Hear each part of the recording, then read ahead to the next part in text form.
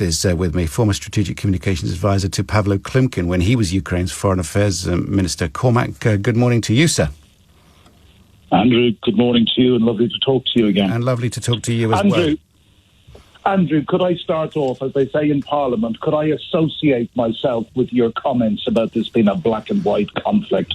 I don't think there has been as black and white conflict in our world since 1939. You know, Cormac, there are 1945. loads of people, Cormac, that will now say, well, there's two sides to every story, and if you are going in looking to prosecute people for potential war crimes, genocide, you have to, you have something has to be beyond reasonable doubt. It has to be a fair trial. Justice has to be seen to be done. But I was told by a very senior bloke, Sir Geoffrey, who said you've got to go in with a view on this, and I was convinced by his argument.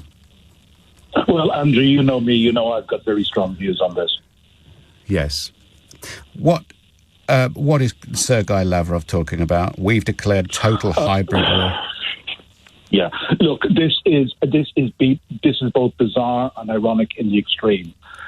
For those listeners who may not be aware, it was Russia who invented hybrid warfare in its current form and unleashed it on the world with the illegal annexation of Crimea back in 2014. Now, hybrid warfare is a mixture of conventional violence, cyber attacks, assassinations and murders on foreign soil, as we had in Salisbury in 2018, and lying on an industrial scale, as the Russian Federation does with its vomitoriums like RT, which is happily banned from the UK now, Sputnik and their troll farms principally in St. Petersburg and Moscow. So, yeah, it's absolutely bizarre. But look, this man, this despicable human being, Sergei Lavrov, has absolutely no credibility. This was the man I first learned when I went out to Kyiv in 2017. I counted 5 statements in 1 month saying that Russia was not even in Donbass. Yeah. This is the man on the eve of the invasion who said Ukraine has no right to sovereignty. This is the man that came out, if you remember, Andrew, out of the very first negotiations, supposedly peace talks with Dmytro Kuleba, Ukraine's foreign minister in Turkey, and the first thing he said in his press conference was Russia has not invaded Ukraine.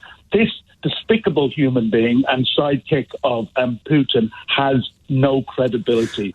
His remarks are laughable. I note that his daughter was sanctioned. She went to school here and she bought a £4.4 million apartment in Kensington, which I assume has been taken off her now. I don't know where she is. I don't know her. I don't know whether she's a pawn in this game or not. But for too long, we allowed the clearing of money here.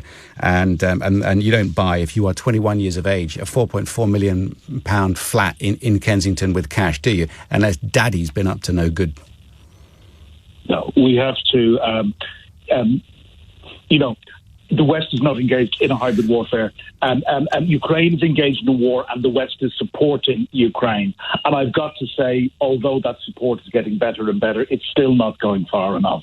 We still need to give them fighter jets. On the sanctions, we still need to cut off the almost $1 billion a day that we feed into their into their war machine, and we still need to get better at going after the oligarchs like this guy and their families, so we really hold their feet to the fire. And of course, the other area we support them is, and is in humanitarian aid. So yes, Ukraine fights a war. We support them, but remember, it's Russia that has been waging a hybrid war, not only on Ukraine for 8 years, but on all of the West. Good speaking with you. Cormac Smith, former strategic communications advisor to Pavlo Klimkin, Ukraine's foreign minister. Lesia Vasilevsky.